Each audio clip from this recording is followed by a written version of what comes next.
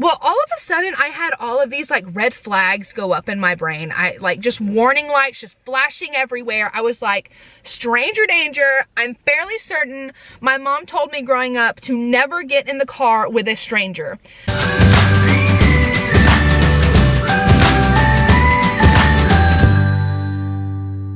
Hey everybody, welcome back to my channel. If you're new here, hello, my name is Erin, and currently we are in the middle of a study abroad series that I was actually supposed to post 2 years ago, but I lost the footage. I'm sorry, it just kind of happened. But I'm in the middle of it now, and I hope you guys enjoyed yesterday's video, which was all about Disneyland Paris. And it had a special announcement about the future of my channel that was at the very end of that video. So, if you have not watched that video yet, I will link that video somewhere up here so you guys can go back and watch it. It was super fun and super special. It was also really long, and I'm sorry about that, but it was just a really fun vlog and I had a lot of footage, and so I just kind of had to go long on that one. But I'm gonna make up for it today because it is going to be a shorter vlog today, and today's vlog is going to be story time. Because it's going to be story time about my study abroad program, you know where we have to go, right? Come on, let's go.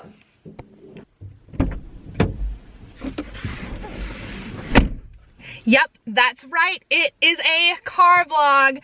You know when you have to like spill the tea about something? It always seems to happen in a car. So I figured why not do a little car chat today? But this is going to be just a little story time about my day in Normandy because I felt like I couldn't just skip over this day because honestly, it was probably the most memorable day on my whole study abroad trip. It was also probably the scariest day that I've had.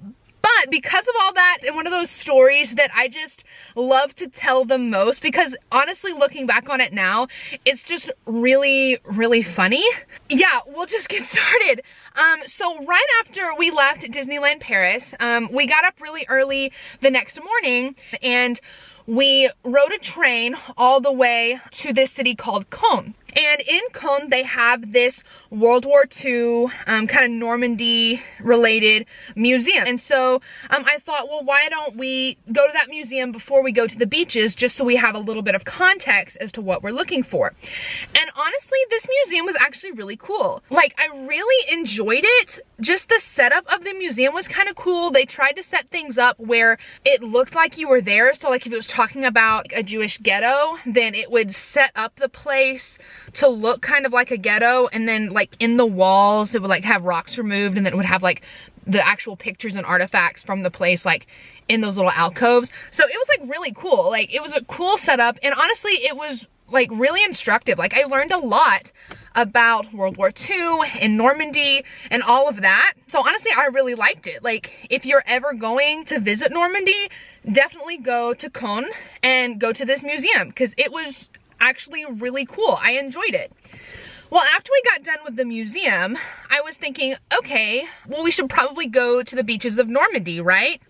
I had gone on the internet when I was trying to plan all of this, and a lot of people said that if you go to Normandy, you have to be careful because getting to and from the beach is difficult because they said there's not a lot of like public transportation that goes to the beaches. And a lot of people were talking about you can't get from one beach to another if you want to like visit all the beaches that they invaded on D-Day. So I thought, well, why don't we just go to one beach, and it's the one beach that has the public bus system that goes to and from the beach, right?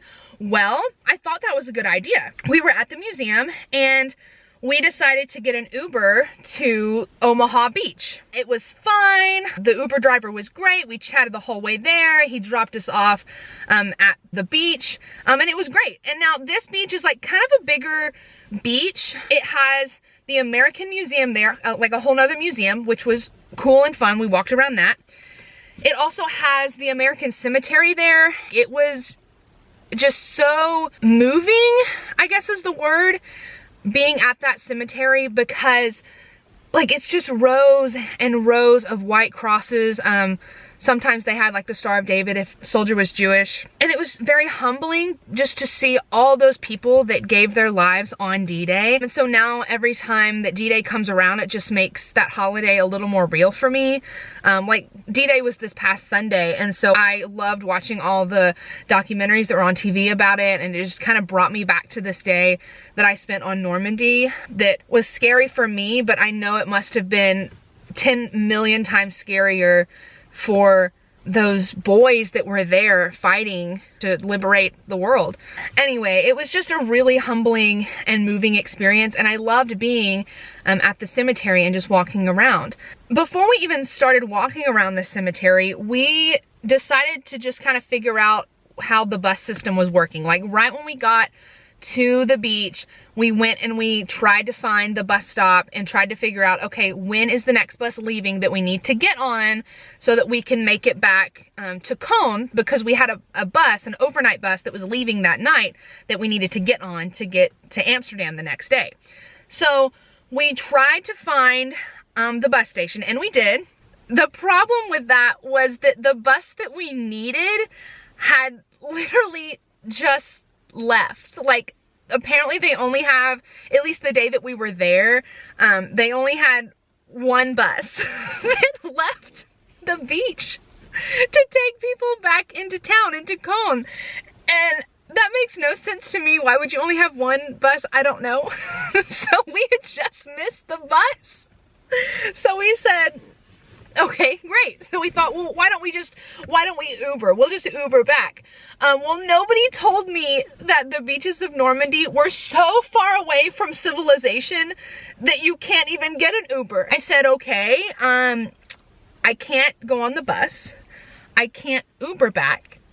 So I was like, my only option at this point is to call a taxi. We went up to like the front desk area of the museum, and we asked the workers, who, thank goodness, spoke such good English. I guess that's a requirement when you have to work at the American Museum at Normandy, but like they spoke really good English, so that helped us a lot in this situation. Anyway, so we went to the concierge desk and asked them if they could call us a taxi. We said, listen, we need to be back in town in about an hour and a half. Now, mind you, Cone town is only a 30-minute drive from the beaches. It doesn't seem long, right? I don't know. So we told them, listen, we have to be back into Cone in an hour and a half in order to get on our bus to leave to go to a different country tonight. So we really need to make it. Could you call us a taxi? And they literally looked at me like I was crazy. And I was like, what's wrong? And they said, oh, you can't get a taxi out here and make it back into town in an hour and a half. It just won't happen. And I said, what do you mean? It only takes 30 minutes to get into town. Like, we should be able to go. Like, even if they have to drive from town, it'll take them 30 minutes to get here and then take us 30 minutes to get back. I still have 30 minutes in Cone to get to my bus, which seemed reasonable. Well, they said it was impossible. It just wasn't going to happen. And so at this point, me and Allison, you saw her in the last video, we both started panicking at this point. And so we kind of sat there dumbfounded for a second, because what do you do at this point? Like at this point, they're literally telling us, you're just going to have to stay here overnight on the beach, miss your important bus to go to Amsterdam, and then just try to find something in the morning.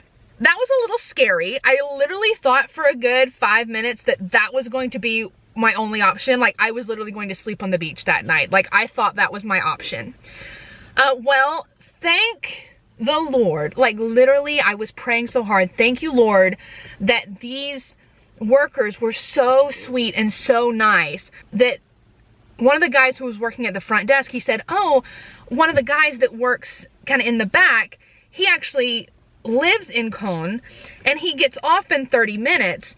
So if you want to just ride with him back into town, I'm sure he would take you. Well, all of a sudden I had all of these like red flags go up in my brain. I like just warning lights just flashing everywhere. I was like, stranger danger. I'm fairly certain my mom told me growing up to never get in the car with a stranger.